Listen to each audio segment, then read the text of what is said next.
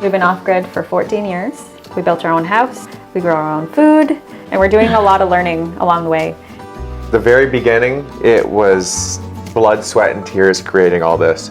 Extreme was all we could afford at the time. We went from candlelight to, well, where we're at now. It was a complete raw build from nothing.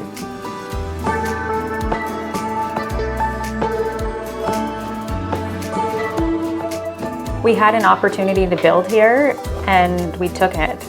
We have a few acres on some shared land.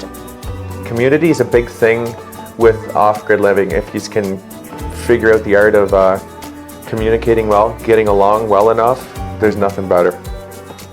The outhouse was the very first structure, and attached to the outhouse was my little workshop with very minimal tools. Yeah, the main structure is post and beam, and I built the original main structure. I think rough estimate of cost would be about $5,000, and that's including the tools it took to build it at the time. So that's a lot of salvage material I used. We had no money. We were salvaging from the dump. There was an old barn on the property that we took apart piece by piece and denailed all the boards and all that. You know, like that was a huge project, and we built our place out of it. That and whatever was salvaged at the dump and whatever we could get our hands on for free, you know? And the structure the first season was partially built, so there were still gaps and stuff in it, and we'd tough it out in the winter time. We'd start the wood stove and we'd like fall asleep with our snowsuits on. And then as it got warm, we'd take them off. Like that's just how it was. The building just kept getting buttoned together further and further as we could afford. Yeah.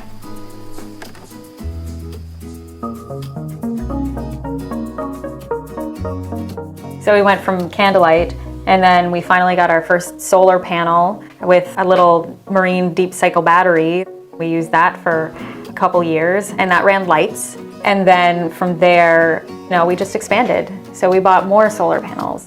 We have 5 320 watt panels on the roof and an outback charge controller, and we have 400 amp hour lithium batteries. We decided to change over from lead acid to lithium because we used to do a lot of battery maintenance.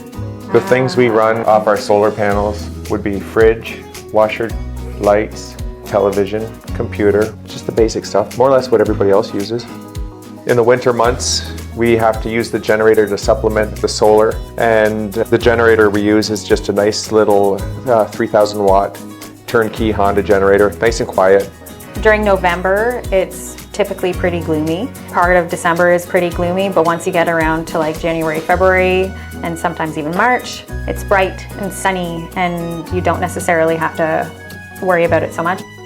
It's nice because in the wintertime, this room that we're sitting in heats the home pretty well with that nice solar heat that comes in here. The way it was designed too is in the summertime, the sun only tracks in 2 feet, and in the wintertime, that sun will be beaming right across the cabin. We've successfully grown all sorts of any vegetables we want in here in the wintertime. These LED lights, they help give us that 12 hours of extended light. And yeah, no, it's pretty neat because we're very dominant gardeners all season long, and then when that shuts down, we're also living in our garden all winter. We recently got a cook stove to replace the old little wood stove that we had. Making fire and having that as the main source of heat in our home, that's fulfilling to me.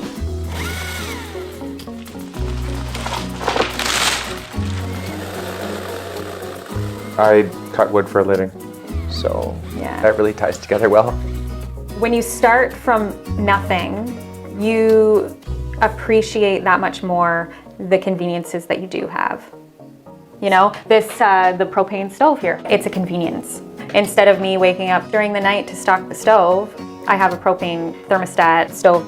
You can enjoy your coffee while you start your other stove, the primary wood stove. Before we had the kids, we didn't have to worry about it so much. You wake up cold in the morning, you wake up cold in the morning. When the kids wake up cold in the morning, it's hell. You gotta listen to it.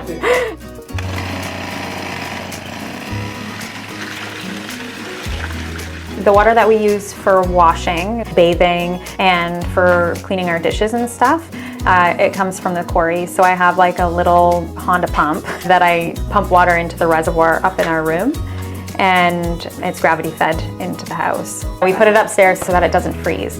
In the winter, we drill a hole with an ice auger and we hook up our pump and we fill up the reservoir. To heat the water, I used to fill a bucket, put it on the wood stove, let it heat up for an hour. But now I have a propane on-demand water heater that I have hooked up to my shower. Our drinking water, it comes from a well on the property. Our toilet is an airhead composting toilet.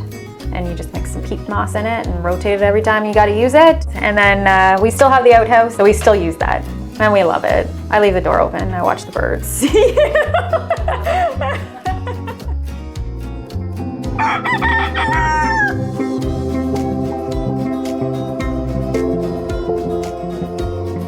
On this property, we raise and produce all sorts of vegetables, meats, milk, honey, grapes for juices, wines.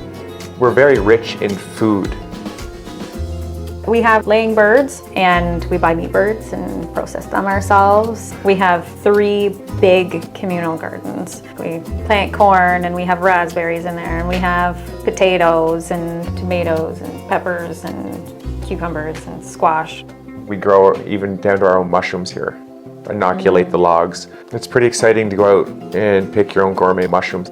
We would like to get more into foraging. We've been practicing for quite a few years, foraging, plants, identifying mushrooms and medicinals and herbs. And we want to teach other people. So we'd like to hold workshops that include those things.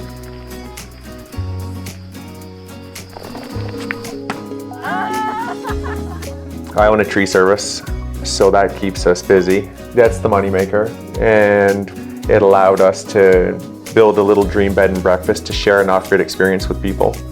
And we're building a little business for my daughter. It's Alice May's Lemonade Stand. So she's about 10 years old, and we're trying to give her an idea of understanding self-employment and making money, as we all unfortunately need on this planet. I find this lifestyle suits me best because it seems like we're always learning something new. It's just a never-ending adventure. Keeps us on our toes. If something breaks down, we are our own hydro. We are our own construction workers, and we learn it, we figured it out. We bicker a bit. We kick ass though. Yeah.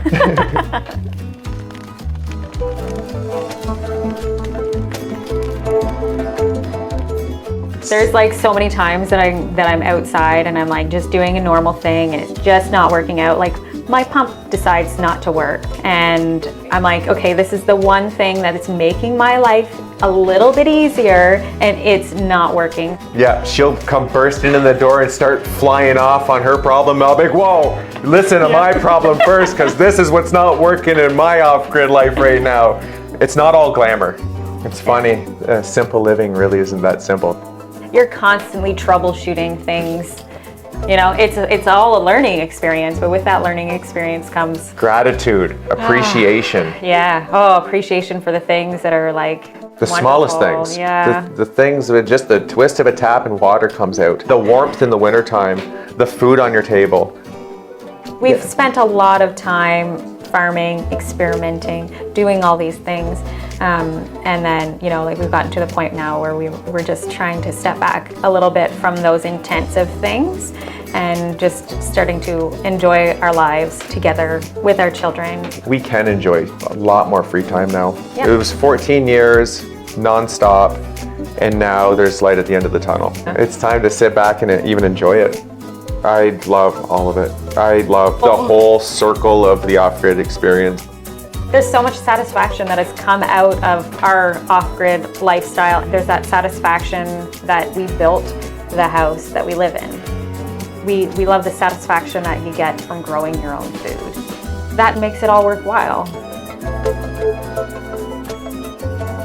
Subscribe to Exploring Alternatives and please share this video if you liked it. You can also check out our playlists for more stories like this. Thanks for watching.